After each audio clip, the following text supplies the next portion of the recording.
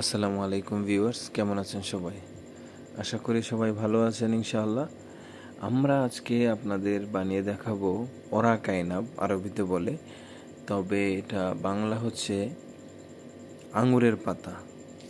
তো সেটার ভিতরে বিভিন্ন প্রসেসে গরুর মাংস দিয়ে, মুরগি দিয়ে বিভিন্ন প্রসেসে বিভিন্ন স্টাইলে আমরা একটা সালাদ স্টাইলের ভাত দিয়ে তৈরি করব, অ্যাকচুয়ালি চাউল দিয়ে।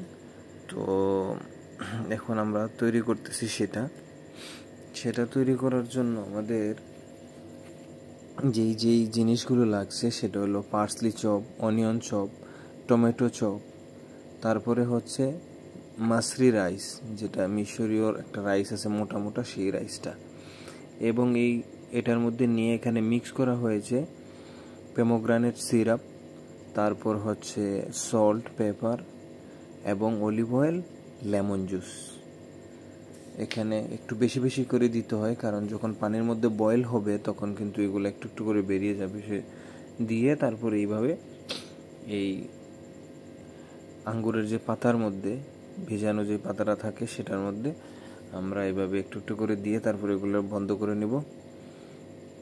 চারো সাইড থেকে বন্ধ করার পরে যেই প্রসেসটা আমি এখানে দেখাই নাই, সেটা হচ্ছে একটা ডেগের মধ্যে বা একটা পাতিলের মধ্যে আগে এগুলোকে বসিয়ে দিয়ে তারপরে ওইখানের মধ্যে পোমেগ্রানেট সিরাপ সহ হালকা পানি দিয়ে ভিতরে বন্ধ করে রাখবো, মানে চাপ দিয়ে রাখবো, যাতে যখন বয়েল আসে এগুলো যাতে খুলে না যায়। চাপ দিয়ে রাখার পরে আর আগুন একদম কমিয়ে দিব, এত কম আগুন দিব যে 4 ঘন্টা লাগবে এটা কুক হতে, কোনোভাবে পুড়বে না, এত স্লোলি কুক হবে। স্লো করে 4 ঘন্টা কুক হওয়ার পরে আপনি পানিটা ফেলে জাস্ট এগুলো নিয়ে নেবেন।